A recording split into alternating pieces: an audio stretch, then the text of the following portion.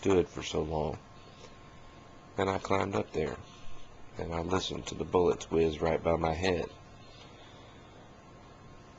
for hours, and fell asleep. And later, on in the evening, I watched, I got down from the roof, and I watched a young boy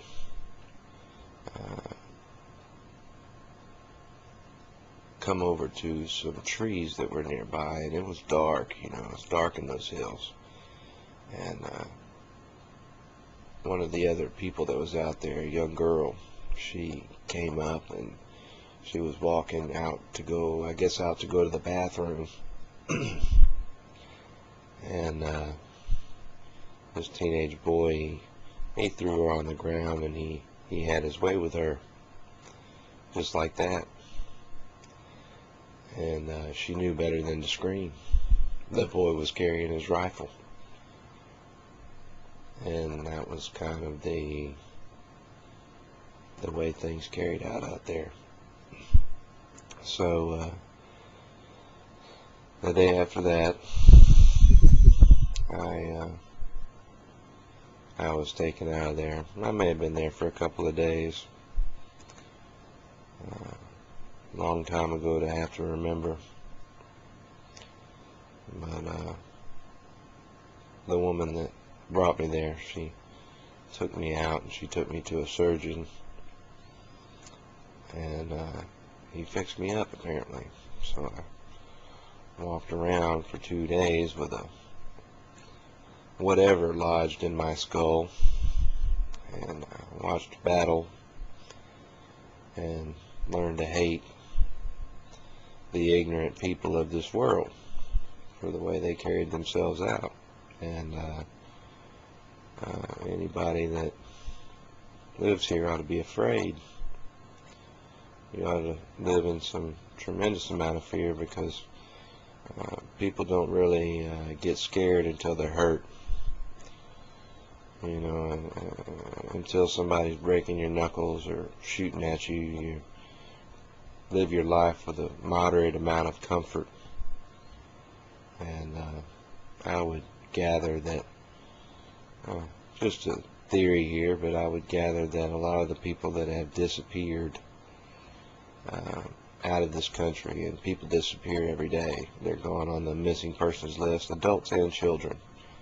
But I would say that that would be a good portion of the number of people who get written off into the disappeared list.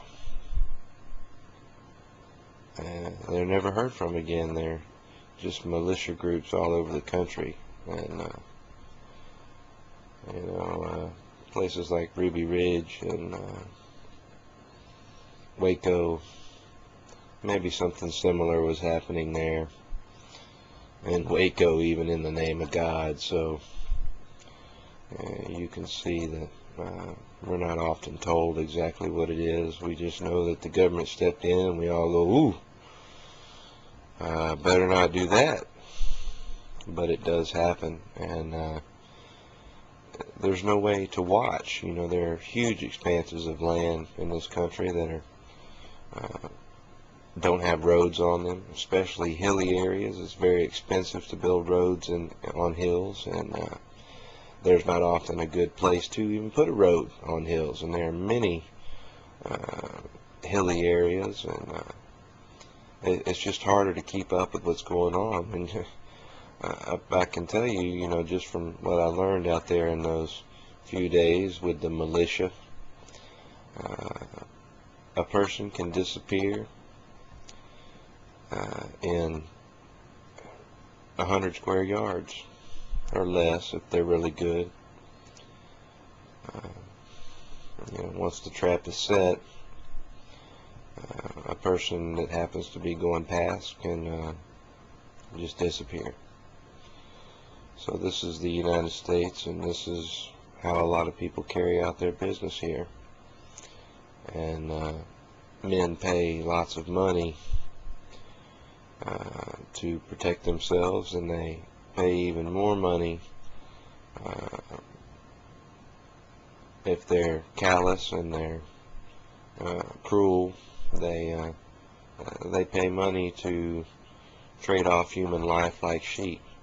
And none of it's unheard of.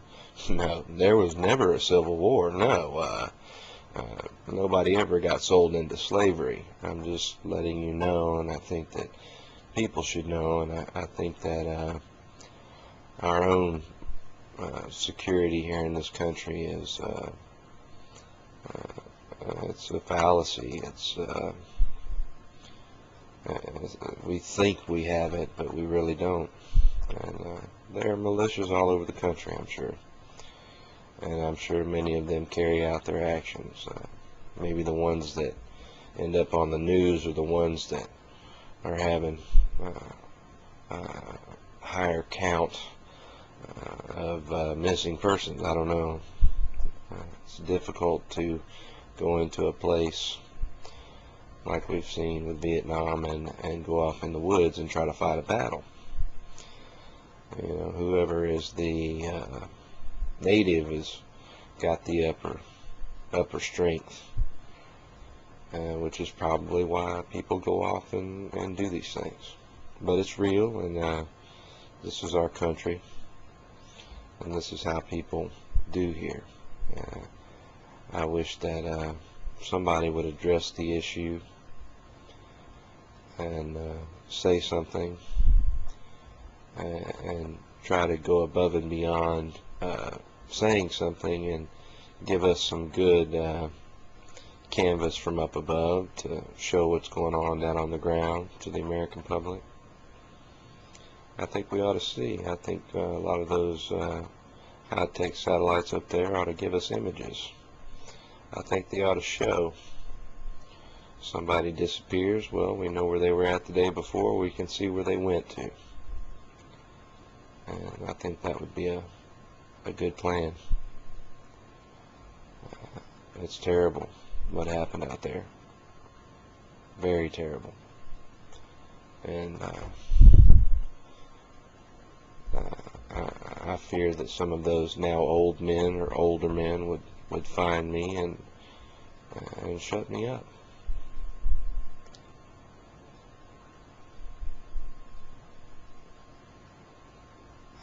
I recently wrote to a radio program and explained some of this, not in great detail, but that radio host was removed from the airwaves within a month and a half. I can't say there's a connection. It was another reason was given why he was removed. National radio host. So I don't know. This is not something that the news media cover. It's too scary, too freaky. But welcome to the States.